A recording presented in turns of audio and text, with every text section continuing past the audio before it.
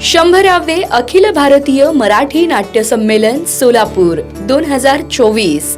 प्रमुख उपस्थिती माननीय नामदार श्री देवेंद्रजी फडणवीस, माननीय नामदार श्री चंद्रकांत दादा पाटील, माननीय नामदार श्री सुधीर मुनगंटीवार, माननीय नामदार श्री उदय सावंत। शनिवार दिनांक 27 जानेवारी 2024 भव्य नाट्यदिंडी सकाळी 7 वाजता बलिदान चौकापासून। संमेलन उद्घाटन सकाळी 10:30 वाजता नॉर्थ कोट प्रशाला मैदान सोलापूर। शनिवार दिनांक 27 जानेवारी 2024 वेळ सायंकाळी 6:30 वाजता। सुशांत शेलार प्रस्तुत जल्लोष 2024। रविवार दिनांक 28 जानेवारी 2024 वेळ सायंकाळी 6 वाजता।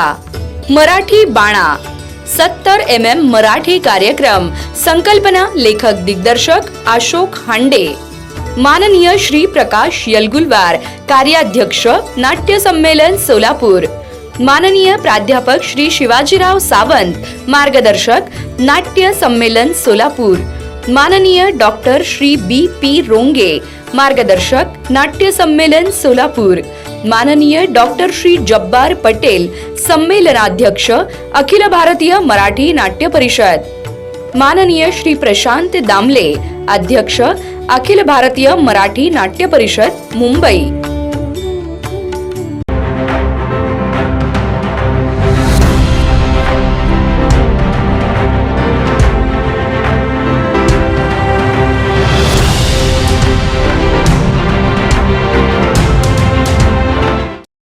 शंभराव्या विभागीय नाट्य संमेलनाचं आपण अतिशय दिमाखात उद्घाटन केलेलं आहे।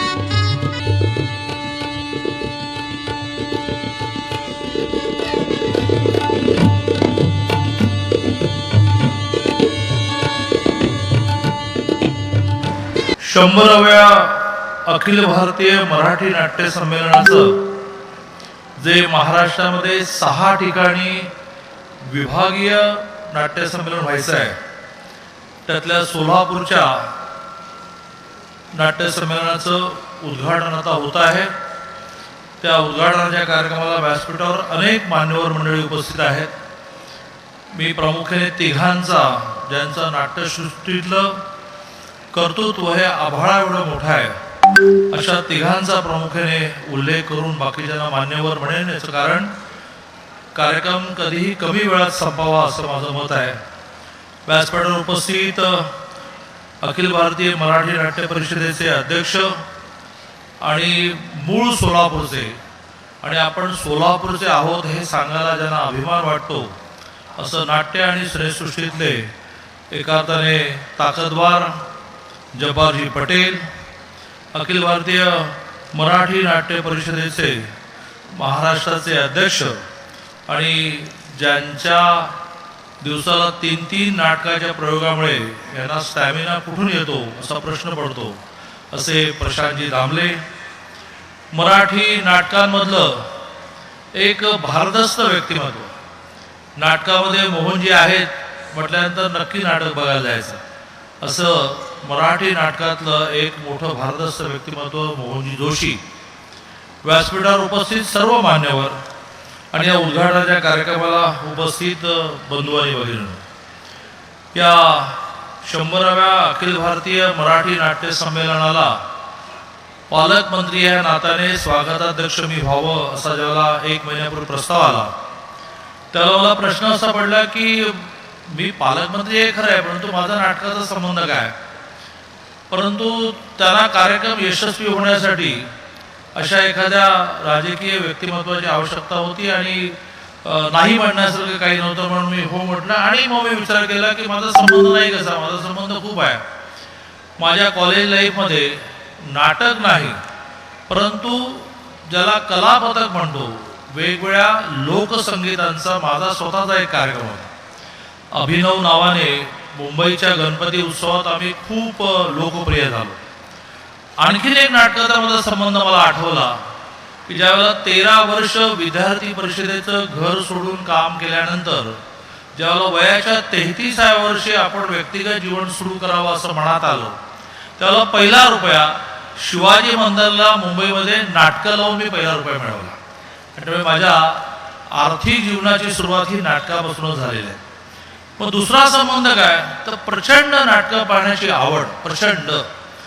जे जे काही शिवाजी मंदिरला नाटक लागेल प्रामुख्याने ते आपण पाहिलंच पाहिजे अशा प्रकारचा नेहमी प्रयत्न होता. आणि मग मी माझ्या मनाचं समाधान झालं की जसं पालकमंत्री म्हणून मला स्वागताध्यक्ष म्हणतायत, तसं माझ्या राजकीय जीवनामुळे ह्या सगळ्या विषयांकडे आता जे मला वेळ देता येत नव्हता, तर या निमित्ताने मला सगळ्यांना भेटता येईल, खूप नाटकं बघता येतील, खूप कलाकारांशी गप्पा मारता येतील. आणि त्यामुळे शिवाजीराव सावंत मला मगाशी म्हणाले, आम्ही त्या दिंडीमध्ये होतो, की तुम्ही इतक्या वेळ कधी एका ठिकाणी थांबत नाही. म्हटलं परवानगीच नाही आहे, राजकीय जीवनात इथं धावपळीचं आहे. पण मी निर्णय केला की 3 दिवस इथून हलायचं नाही. आणि त्यामुळे काल 26, 27 आणि उद्याही 28 मला फक्त याच कला क्षेत्रातला एक मोठा कार्यक्रम पुण्यात आहे, म्हणून मी जाणार आणि उद्या सगळे परत येणार. तोही कार्यक्रम सांगून टाकतो. मी आता जब्बारजींना सांगत होतो की जसं मुंबईमध्ये सवाई गंधर्व कार्यक्रम हा संगीताच्या क्षेत्रातला गाजतो, तसं शास्त्रीय नृत्यामधलं सवाई गंधर्व सुरू करायचं. आणि दरवर्षी देशातल्या मान्यवर नोंद नर्तिकांनी येऊन आपली कला तिथे पेश करायची. याचं पहिलं वर्ष आहे. संध्याकाळी त्याचं उद्घाटन आहे, त्यामुळे मला जायला लागेल, कारण अदृश्यपणे मी त्या कल्पनेला प्रोत्साहन दिलं. आणि 2-4 वर्षात अशी स्टेज आणू की सवाई गंधर्वमध्ये गाणं हे जसं गायकाला देशभरातल्या प्रतिष्ठेचं असतं, तसं या कार्यक्रमामध्ये आपण जाऊन आपलं नृत्य सादर केलं पाहिजे अशा प्रकारचा अभिमान अनेकांना वाटेल असा संध्याकाळी कार्यक्रम असल्यामुळे जाणार आणि उद्या पुन्हा परत येणार. आणि त्यामुळे माझ्याही मनातली बऱ्याच दिवसाची जी भूक होती की या सगळ्यांना भेटावं, बोलावं, त्यांची नाटकं बघावी, त्यामुळे मी स्वीकारलं. हे करताना खूप लोकांनी मदत केली. तेलुगू, कन्नड, उर्दू, हिंदी, केवळ मराठी नाही, इतक्या भाषांमध्ये नाटकांची परंपरा इथे आहे. ही परंपरा अगदी 1878 पासून सुरू झाली. 1902 मध्ये करबसवा काळादी यांचे गोडाऊनचं थिएटर असो, 1904 मेकॅनिक थिएटरची रंगभूमी अथवा थोबडेवाडा लक्ष्मी टॉकीच्या जागे असलेले मोरे यांचे जुन्या विठ्ठल मंदिरातील रंगभूमी असो, की नूतन संगीत नाट्यगृह असो, की सिद्धेश्वर मंदिराजवळील भगिनी समाज असो, सोलापुरातल्या अशा अनेक रंगमंचावर तेलुगू नाटक, संगीत नाटक, मराठी अंशी व्यावसायिक नाटकं सादर झाली. ती त्या रंगमंचावर रसिकांनी अनुभवलेली आहेत. संगमेश्वर महाविद्यालयाजवळील दमानी सभागृह, रंगभवनजवळील रंगभवन थिएटर आणि सोलापूरच्या 4 हुतात्म्यांची साक्ष जागवणारे हुतात्मा स्मृती मंदिर या रंगभूमीने अनेक दिग्गज नाट्य कलावंतांना आपल्या मायेच्या पदात ठेवलं आहे. अशी मोठी नाटकाची 100-150 वर्षाची परंपरा मला लक्षात आली. आणि मग मात्र मी मोठ्या उत्साहाने या स्वागताध्यक्ष म्हणून काम करलो. शेवटी अशा प्रकारच्या संमेलनाची आवश्यकता काय, तर अशा प्रकारच्या संमेलनामधून कलाकारांना एकत्र येऊन त्यांच्या क्षेत्रातल्या अनेक समस्यांवरही बोलता येतं, त्यांची कला सादर करता येते. कारण नाटक, सिनेमा कितीही प्रगत झाला तरी नाटक हे टिकायलाच लागेल. मी एकच उदाहरण देऊन बोलणं संपवणार आहे. मध्यंतरी आम्ही मोदीजींच्या वेगवेगळ्या योजना, मोदीजींनी केलेली कामं याच्यावर एक शॉर्ट फिल्मची स्पर्धा घेतली. साधारणतः 500 जणांनी त्याच्यामध्ये भाग घेतला. 4 मिनिटाची फिल्म, हे त्याचं आउटर लिमिट होतं, कॅपिंग होतं, 4 मिनिटाची करा. त्याच्यामध्ये 8 जणांना नंबर द्यावा लागला, कारण ठरेच ना इतक्या चांगल्या शॉर्ट फिल्म आल्या त्या. त्यातला पहिला नंबर त्याला मिळाला. त्या शॉर्ट फिल्मचं नाव होतं 2 कप चहा. मोदीजींनी ज्यावेळेला ही क्लिप ही शॉर्ट फिल्म पाहिली, त्याच्या डोळ्यामध्ये पाणी आलं. काय होतं तर खरं म्हणजे सगळा मुक अभिनय होता की एक दिलीप प्रभावळकर त्याच्यात आहेत. दिलीप प्रभावळकर म्हणजे त्या शॉर्ट फिल्ममधला नायक हा अतिशय विषण्ण मनाने आराम खुर्चीमध्ये पडला आहे.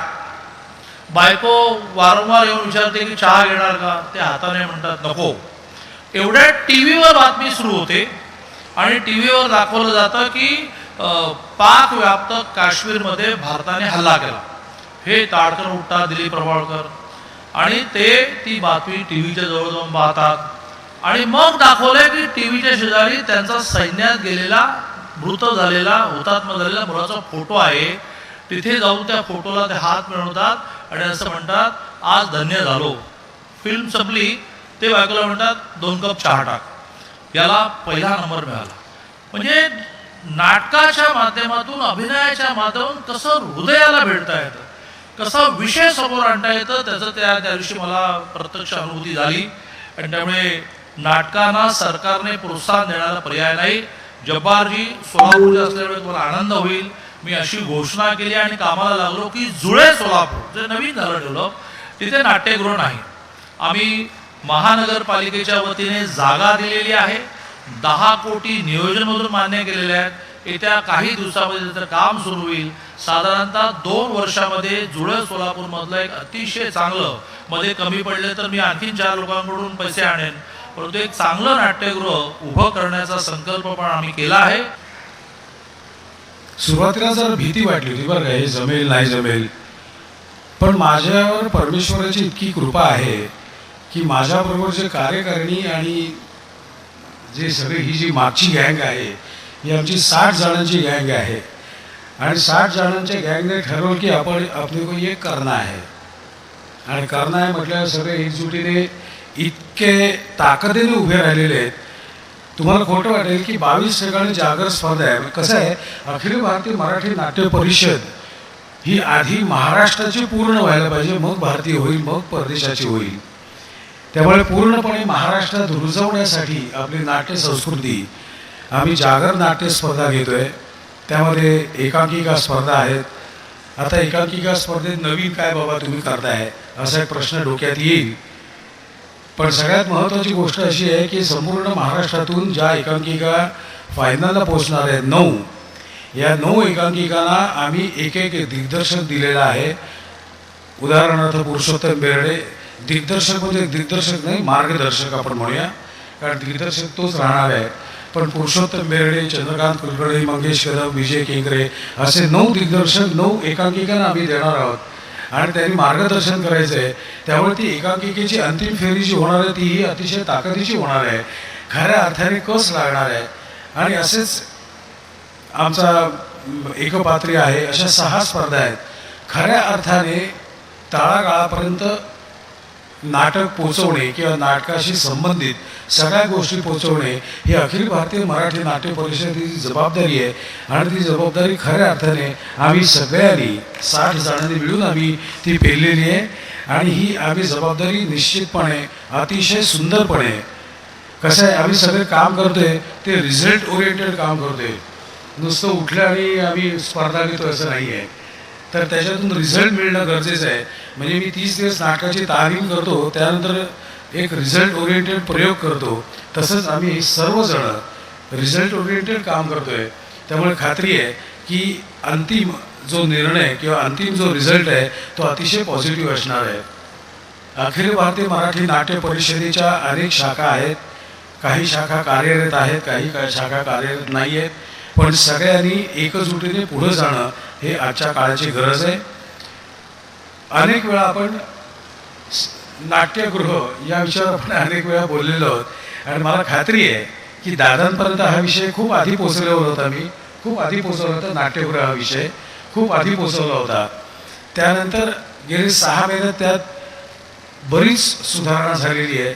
आणि माननीय आपल्या पिंपरी चिंचवडला जे संमेलन झालं त्या संमेलनामध्ये माननीय उपमुख्यमंत्री देवेंद्रजी फडणवीस, माननीय मुख्यमंत्री एकनाथजी शिंदे, त्यानंतर आमचे ट्रस्टी उदयजी सावंत या सगळ्यांनी आपल्याला शब्द दिलेला आहे की पुढच्या 6 ते 8 महिन्यात आपण महाराष्ट्रातील सर्व नाट्यगृह आहेत ती अपग्रेड करू, जिथे नाही तिथे नाट्यगृह बांधू. त्यामुळे मला खात्री आहे, गंमत अशी झाली आहे, गंमत म्हणजे चांगल्या अर्थाने गंमत म्हणतोय, माननीय मुख्यमंत्री, दोन्ही उपमुख्यमंत्री, सांस्कृतिक मंत्री, आमचे उदय सामंत दादा हे सगळे नाट्यकर्मी आहेत, नाट्यरंगकर्मी किंवा नाट्यवेडे आहेत. दादांनी त्यांची सुरुवात कशी झाली हे आपण आता ऐकलंच.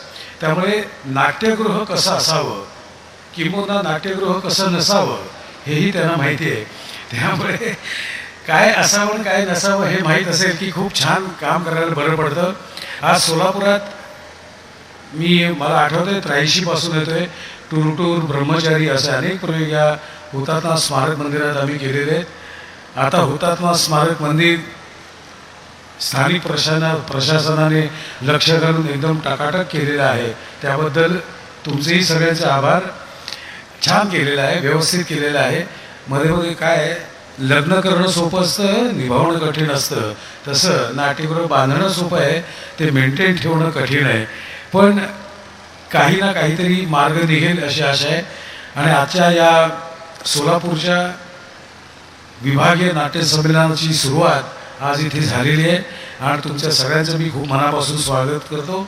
पुढचे 2 दिवस अतिशय जोरदार आहेत, धमाल आहेत. आणि सगळ्यांनी हे बसून एन्जॉय करा एवढंच मी सांगेन. जय. मला आनंद असा आहे की आज सोलापुरामध्ये एक संमेलनाध्यक्ष म्हणून मला इथे यायला लागलं. दादा, माझा जन्म पंढरपूरचा आहे. मी गाडगे महाराजांच्या मठाच्या नगरपालिकेच्या शाळेत शिकलो आहे पंढरपूरला. आणि त्यानंतर मी इथे आलो आहे, नगरपालिकेच्या शाळेतच राहिलो. सोलापूरचं दादा वैशिष्ट्य म्हणजे तेलुगू, कन्नड आणि मराठी, उर्दू एवढे सगळे लोक आहेत. तुम्हाला आश्चर्य वाटेल की सोलापूर सोडल्यानंतर 2-1 वर्ष प्रशांत उत्तम तेलुगू बोलत असेल, मी बऱ्यापैकी कन्नड बोलत असेल आणि मराठीत राहील. पण आमच्या मराठीमध्ये हे सगळी मंडळी सांगतील, आमचा मराठीचा जो लहेजा आहे तेलुगू आणि हा कोल्हापूरचा कसा आहे, तो भालजी पेंढारकरांनी रूल केलेला आहे. आणि तो सगळ्या मराठी सिनेमामध्ये कोल्हापूरचाच ॲक्सेंट मानला जातो. आता तसं बघायला तर आम्ही माडगुळच्या जवळ आहोत, आटपाडीच्या तिथे माडगुळांचं गाव जवळ आहे. पण तरीही आमचं स्वतःचं तेलुगू, कन्नड आणि असं जे आहे कधीतरी काय नाटकात प्रशांतला वापरता येईल. प्रशांत, तुझ्यासाठी सांगतो, उजय सरांच्या घरी एके दिवशी रात्री धन दाना पडलं, कोण आहे म्हणून मी गेलो तर चक्क असे केस पिंजालेले, 2 तानपुरे, तबला, कोण आहे? अरे आहे का राम? म्हणतो कोण? जाऊन बघायला तर चक्क भीमसेन जोशी होते बरं का. त्या घरामध्ये कुमार गंधर्व भीमसेन जोशींच्या पासून सगळी मंडळी, विंदा करंदीकर, मंगेश पाडगावकर, वसंतराव, दत्तोवन पोद्दार सुद्धा एकदा आले त्या घरात. आणि मी लहान शाळेतला चड्डी अशी छोटी घातलेली, सकाळचा चहा, अंघोळीचं पाणी हे सगळी सेवा त्या काळात केली. आणि रात्री त्यांच्या मैफलीला बसायचं असा. आणि आता पुढचाच भाग असा झाला की आमच्या शेजारी पलीकडे राणा पवार राहत होतं, कवी, तुम्हाला सगळ्यांना माहीत असेल. एक प्रसिद्ध गाणं आहे, सावळ्या विठ्ठला तुझ्या दारी आलो, सावळ्या विठ्ठला तुझ्या दारी, माहिती वर्माचं गाणं आहे. ते राणा पवार लिहिलेलं गाणं होतं. ते माझ्या वडिलांना म्हणाले की हा पोरगा खूप चुणचुणीत आहे, याला नाटकात काम करू दे, नाटकात काम करू दे याला. वयाच्या 10व्या वर्षी या सोलापुरात माझ्या चेहऱ्याला रंग लागलाय नट म्हणून, 10व्या वर्षी. आणि दादा तुम्हाला विशेष सांगतो, आचार्य अत्र्यांचं नाटक होतो, नाटकाचं नाव तर मी उभा आहे. किती रिलेव्हंट आहे बघा आत्ता सुद्धा. आणि पुन्हा आचार्य असल्यामुळे पुढाऱ्यांच्याबद्दल असा बऱ्यापैकी आकस. त्यात एक वाक्य तर म्हणजे राणा पवार की पहिलं वाक्य फार महत्त्वाचं आहे, फार महत्त्वाचं आहे. ते वाक्य बोलल्यानंतर प्रचंड हशा यायला पाहिजे, टाळ्या यायला पाहिजे. मला काही लहानपणी कळलं टाळ्या हशा म्हणजे काय. ते विंगेत आले इथे, मेकअप वगैरे मी केला आणि त्याने मला अलगद असं इथे रंगभूमीवर सोडलं आणि माझा जन्म झाला आहे रंगभूमीवरती. पहिलं वाक्य मी म्हटलं आणि टाळ्यांचा प्रचंड कडकडाट. राईट असा अंगावर आलेले उब अशी तो एक मेकअपचा गंध असा.